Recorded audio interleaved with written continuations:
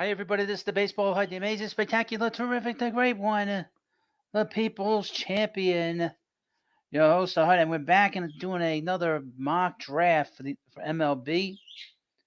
As you know, if you don't know, January 9th, July 9th, the last day before the All Star break, before we go into the break, is the draft. Now, if you're a New York Mets fan, the Mets do not pick until number 32, so that is an issue. But that is a small issue. We're going to talk about the Major League Draft, and we'll do these mock drafts over the next few weeks as we get close to the draft, which is in about a little over a month, in about 5 weeks. As I said, today is June 1st. So I'll read you certain things, and we'll get into this. And here's from BaseballProspectJournal.com. MLB Draft Mock Draft 2.0. The 2023 MLB Draft is getting closer. It's almost 1 month away. Well, July 9th. This year's draft features a strong group of players at the top. The tier of the top 5 prospects is one of the best in recent years. After that is depth and a lot of parity among prospects with the position player crop stronger than the pitchers. That's been the rumor that the pitching depth is not great this year.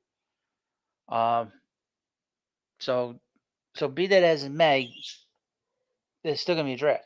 So the 3-day 2023 MLB draft begins July 9th in Seattle. MLB used a draft lottery to determine the first 6 picks in this year's draft. They did that to eliminate the idea of tanking. That's why they did that. But you can still be bad and get a good pick. With the Pittsburgh Pirates moving up to select first overall. Plenty will change between now and draft day. Here is a look at the latest mock draft for the 2023 MLB draft cycle. Now the draft is a lot of fun. I mean, it's not like it's not like the NFL, as you know. The NFL is the granddaddy of drafts because obviously the college football is huge, and the NBA is number 2 when it comes to amateur drafts. But Major League Baseball has done a good job with this over the last few years, as you know, to where they put it on the MLB network, to where people can watch it, get to sort of meet some of these young players on TV. They do a lot of the stuff on their website online. They stream a lot of it. All of it is streamed. So if you ever want to watch it and don't want to watch MLB Network, you can stream it on you can watch it on your phone or any mobile device. At number 1, the Pittsburgh Pirates. And they, according to this, will pick Dylan Cruz, an outfielder from Louisiana State University. Cruz is the best player in the 2023 MLB draft. He's produced for 3 years in the toughest conference in college baseball and boasts 5-tool potential. He will move through a minor league system quickly after he's drafted. He's going to get there very quickly. I would say probably within 2 years. The Pirates actually have a very good farm system. They're moving, I think, in the right direction. They had a very quick start. It's kind of petered out a little bit. At number 2, the dreadful Washington Nationals. And according to this, they'll be drafting Paul Skenes. Really the top 2 or 3 or 4 in this mock draft seems to be universally believed that this is where some of these guys will be going. So they will be getting Paul Skenes. This is where the draft could get interesting. Most consider Skenes a Florida outfielder Wyatt Langford as the second best player in the draft. Those 2 are the likely options for the Nationals, with Skenes getting the slight edge. He has dominated hitters this season. The righty has the size and above-average fastball and slider combination scouts seek from a potential ace of a rotation. Wyatt Langford, number 3, from the Detroit Tigers, an outfielder from Florida.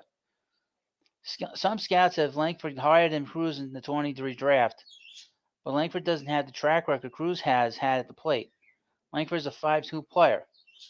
He might have a chance to play center field in the future, but probably profiles better in right field long term. His power is compared to that of Pete Alonso. And as you know, Pete played in Florida and was drafted by the Mets in 2016. Number 4, the first place Rangers, the dominating first place Rangers. Walker Jenkins, an outfielder from South Brunswick High School in North Carolina. Jenkins has performed well this spring to gain the status as the top prep player in this year's draft class. He's a left-handed hitter who hits for average and above average power. He consistently barrels up pitches to drive the ball to all parts of the field. Defensively, some scouts believe he will move from center field to right field and pro ball. Interesting. The interesting thing about the Rangers, they do have a good farm system. As you know, they drafted last year Jack Leiter, and unfortunately they drafted Kumaraka, who recently had to get Tommy John surgery. That's a shame. And mentions about Rocker, the Mets had drafted him 2 years ago, but the Mets were concerned with his issues with his arm, and in fact he went into independent ball, but he had to get surgery on his arm.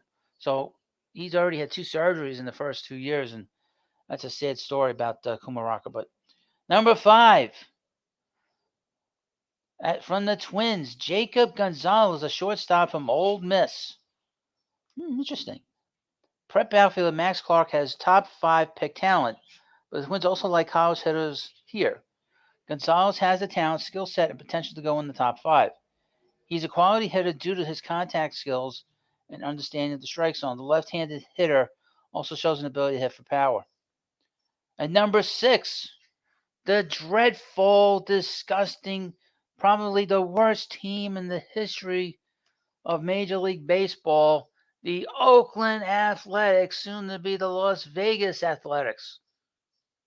And then we'll take Max Clark, an outfielder from Franklin Community High School in Indiana. Clark has been on scouts' radar since his freshman year. The prep star has an advanced tool set with an above-average approach at the plate. He drives the ball effortlessly to all fields and will remain in center field and pro ball. At number 7, the Cincinnati Reds. They will select, according to this, Chase Dollander, a right-hander from Tennessee. Dollander ended the year as the top pitcher in this year's class. Some scouts consider him the best pitching prospect in at least 10 years. He hasn't necessarily lived up to the high expectations this season, as his stuff hasn't been as sharp last year. He still has a quality pitch mix and ace potential. He's not had a good year for the Volunteers. At number 8, the Kansas City Royals. Jacob Wilson, a shortstop from Grand Canyon. I'm a little bit hesitant to say that he will be going there. And the reason I say that is because they have Bobby Wood Jr. Wilson is the son of longtime MLB shortstop Jack Wilson. Young Wilson is a gamer. He isn't flashy, but he has a well-balanced tool set. He has an advanced contact-oriented approach and consistently drives the ball into the games. Defensively, Wilson will remain in shortstop long term, or we'll see if they draft him. Because with Bobby Wood Jr., I mean, why would you want to draft another shortstop? The Royals could use pitching. Every team could use pitching, by the way. At number 9, the Colorado Rockies will select right-hander Rhett Lauder from Wake Forest. Now, that doesn't surprise me. They'd be wanting to select the pitcher. They should always be selecting pitchers. Lauder might not have the upside of some of the other top pitchers in this year's class. Lauder profiles as a number 2 or number 3 starter that's durable and reliable in pro ball. He repeats his delivery well and throws a lot of strikes. He also owns one of the top changeups in the class. At number 10, the Miami Marlins. Now, last year, the Marlins drafted 20 out of 22 pitchers. That's a lot. But according to this, they will be drafted Enrique Bradford Jr., outfielder from Vanderbilt. The Marlins' recent first-round picks have not panned out. It sounds like the Marlins will play it safer in this year's draft. And Bradfield fits the bill. He's an up-the-middle player who can hit and play premium defense. He also is a threat on the bases due to his lead speed. And that'll be interesting to watch. See with the Miami Marlins pick. At number 11, the Angels will pick shortstop Matt Shaw from Maryland. Shaw is a well-rounded player. He hits for average and power and shows solid plate discipline. He also offers some defensive versatility. But teams likely will try him at shortstop to start his pro career.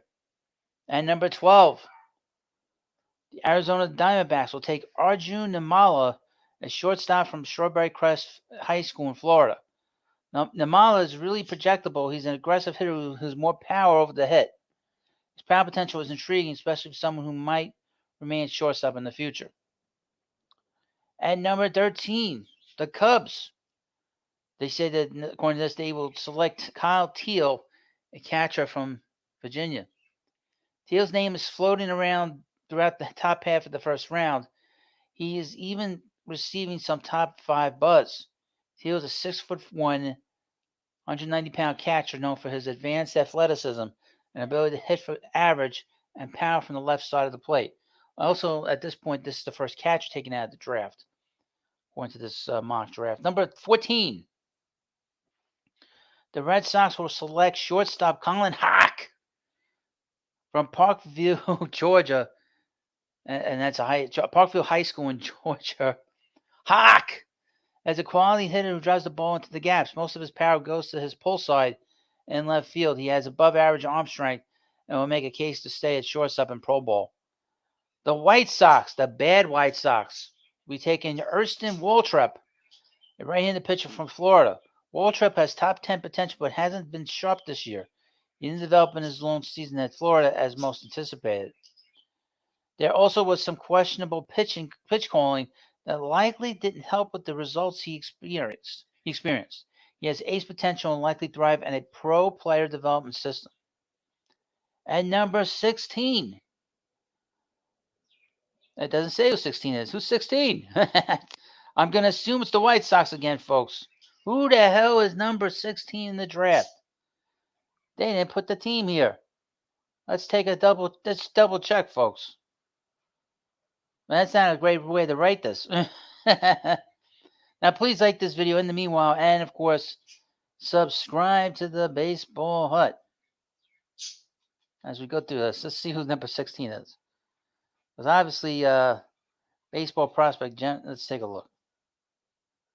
At number 16, let's get this right. The San Francisco Giants. Boy, you think they would have put that down?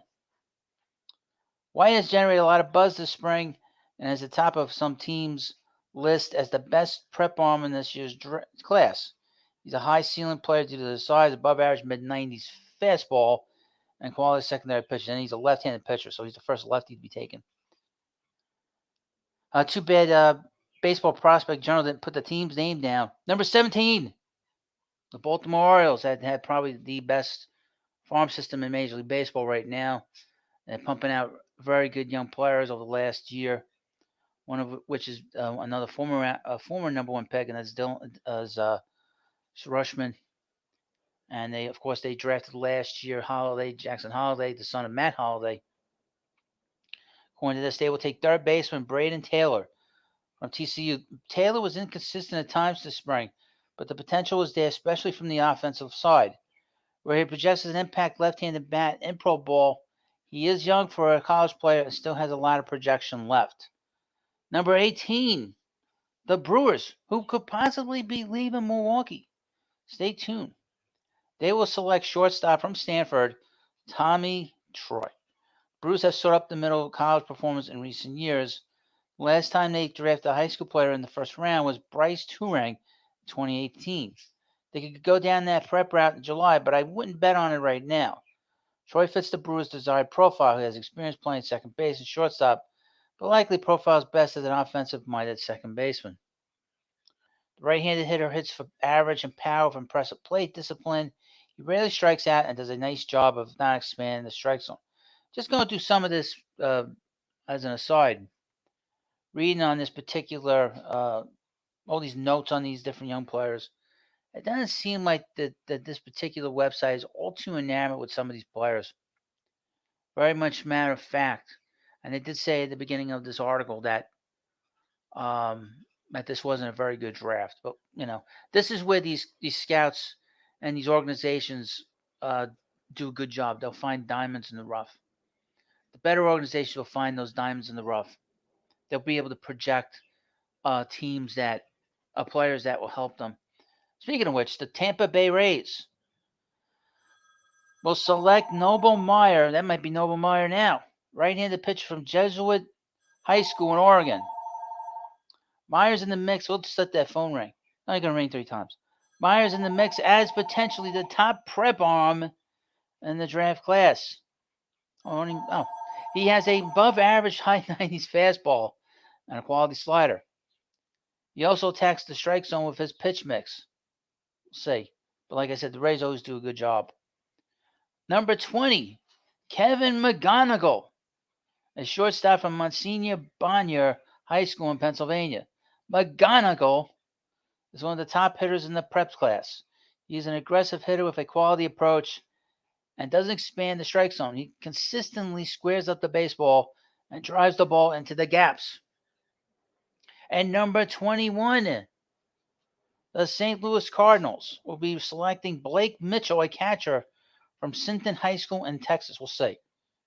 Obviously, they need catching help down the line with Yadi Molina retiring and Wilson Contreras now the catcher. Well, and then they kicked him off behind the plate. Now he's behind the plate. You know they were saying, Wilson, I'm sorry. Come back. Mitchell is an exciting two-way player, but most teams view him as a catcher first, with pitching as a fallback option. Left-handed hitter drives the ball to all fields.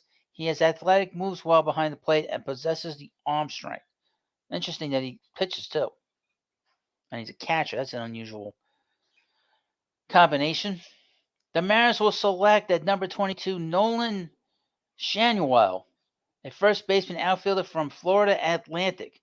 Shanuel is generating a lot of first-round interest, especially by analytically driven teams, and rightfully so. He is a complete player. He is a complete player of an advanced feel for the strike zone that can hit, average and power, and is athletic defensively. He isn't the typical college first baseman. He played outfield in high school, and teams believe he can play well in a corner spot in pro ball. The Mariners have a lot of options, especially with also having the 29th and 30th picks. Shanuel would likely command a slightly below slot deal, allowing the Mariners to use the savings at their next 2 picks. They also would end up the quality college performer. Whew. Now, I would mention again, please subscribe to the Baseball Hut too, and like the video. We're going to have plenty of videos on the draft as we get closer. Different profiles on different players, which I have on this channel. You need to check out. I have basically the first 7 picks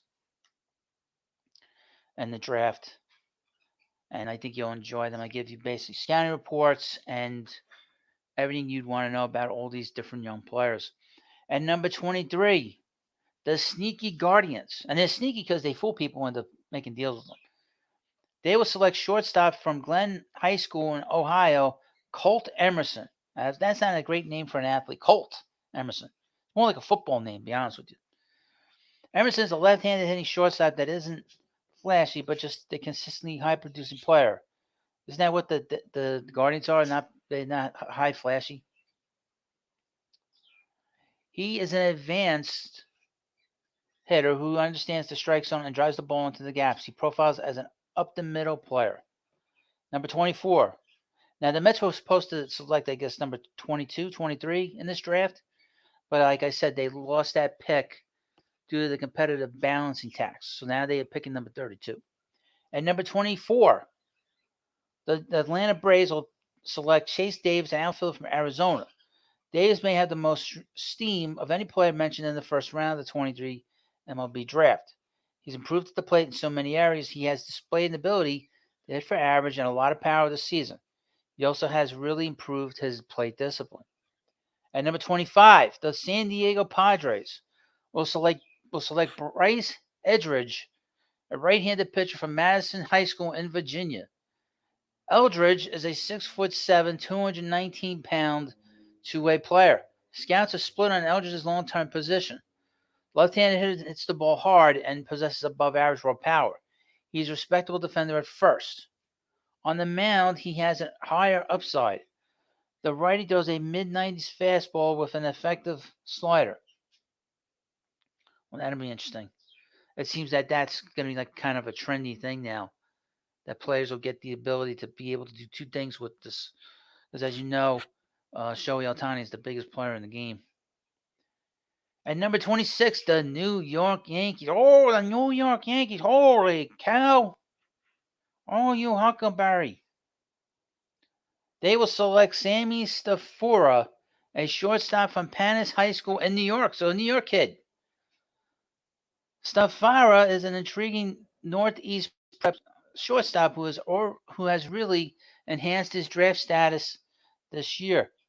He consistently makes hard contact and can remain at shortstop in the future. He's also a tremendous athlete. At number 27, the Philadelphia Phillies will select Brock Wilken, a third baseman from Wake Forest.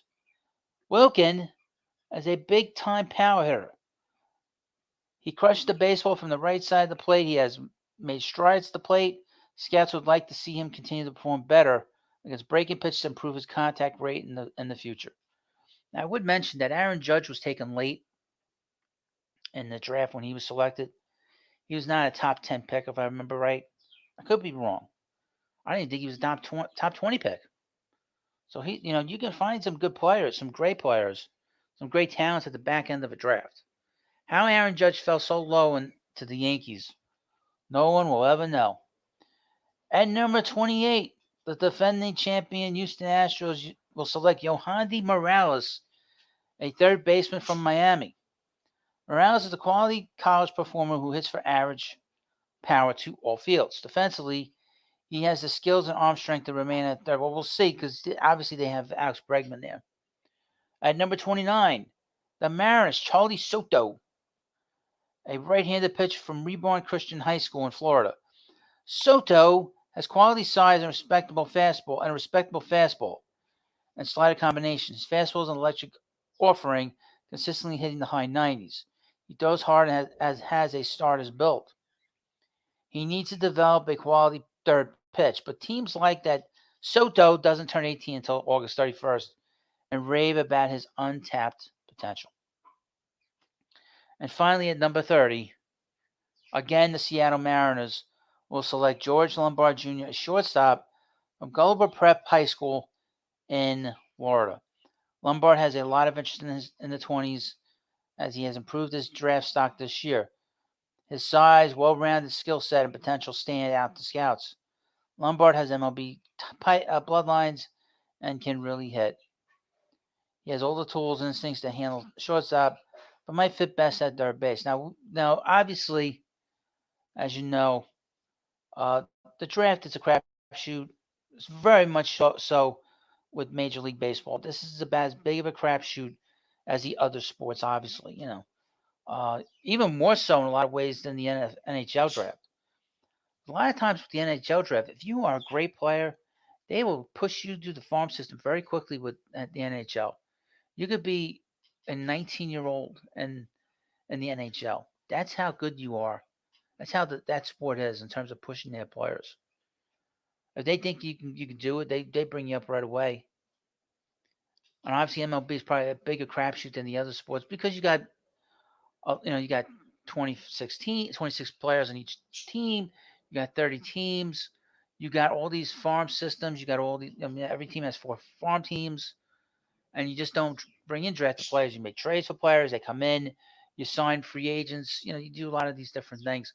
But I'm very fascinated by the MLB draft. And you should be too, because you get to see these guys sign. You get to see these guys get drafted and then sign. I mean, if you're a Mets fan, you saw about 10 years ago, the day of the draft, they brought in Dom Smith to talk to the media right away. He was on camera. Brandon Nimmo, you got to see him right away. You get to see a lot of these young guys talk to the media right away. As soon as they get drafted, they talk to them. And you see cameras in different places, different homes, watching who's getting drafted. Now, as you know, if you don't know, there's only 20 rounds in baseball now. It's not like the 100, like 50 rounds. Mike Piazza was drafted 63rd or 62nd in the draft back in 1988. Keith Hernandez was drafted, I think, in 71 or 72, 39th. We don't have that now. It's 20 rounds for these teams. Now, I would mention about the New York Mets. If you're a New York Mets fan, the Mets will be drafting, I think, 7 in the first 7 rounds, but they do not have a first round pick.